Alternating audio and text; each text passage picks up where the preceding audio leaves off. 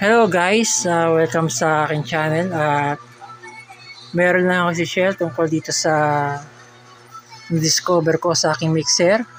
Ang mixer ko yan, kung natatandaan yung una kong vlog, Rural PM4. Yan. So, nasabi ko na sa unang vlog kung anong mga effects nito at doon na rin na-testing rin natin siya. So, balikan nyo na lang.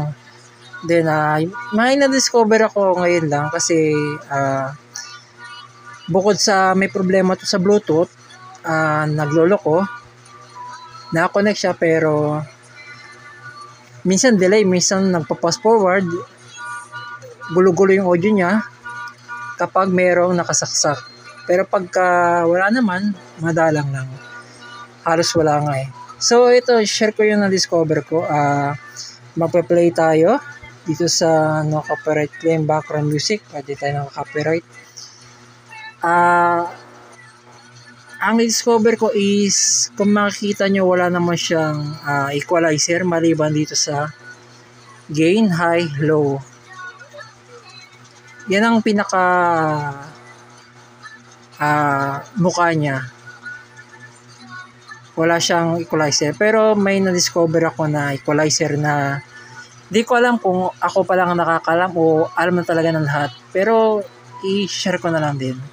So, ito, magpa-play tayo ng sound.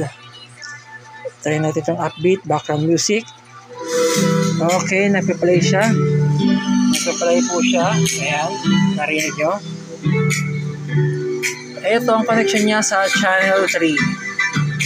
High, low, ayan, effects, 10 o'clock ang volume. Amplifier kalahati. Okay, nagpa-play po siya. Nakikita nyo. Okay, nagpa-play po siya. Then, pag dinilan nyo tong mode, okay, nagbago. Lumakas yung konti. Lumakas siya. Pakinggan nyo na lang. Gamit na lang kayo ng headset. Pag pindot ng daan, okay. No, nakalagay. Ibig sabihin, siguro default yun. Default. Pag dinilan ko, pop. Ayan. Nagbabago ang tunog. Pakinggan nyo na lang sa inyong headset.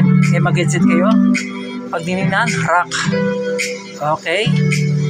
Pag dinilan, jazz. Pag dinilan, ibig sabihin, classic siguro yung classic. So, yun yung ginagamit ko ngayon, classic, para malinaw ang kanyang vocal at sakto lang yung lakas niya sa bass. May timpla naman ako dito eh. So yun lang, andun sa umikot. Custom mata yun, dahil kakamali. Pag no, ibig sabihin back to normal.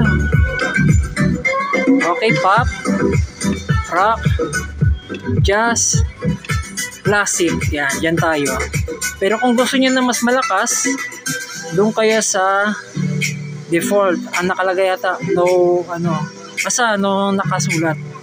Hindi ko sure kung sa ibang mixer na wala equalizer ganito din. I-try nyo na lang kasi ito lang naman ang mixer ko eh. Ngayon ko lang siya na-discover kanina lang dahil nga sa naglolokong Bluetooth, hinanapan ko na paraan at yun ang na-discover ko. So yan lang, maraming salamat at kung nakatulong tong video nito, comment na lang kayo, subscribe na rin kayo ha. Okay, goodbye.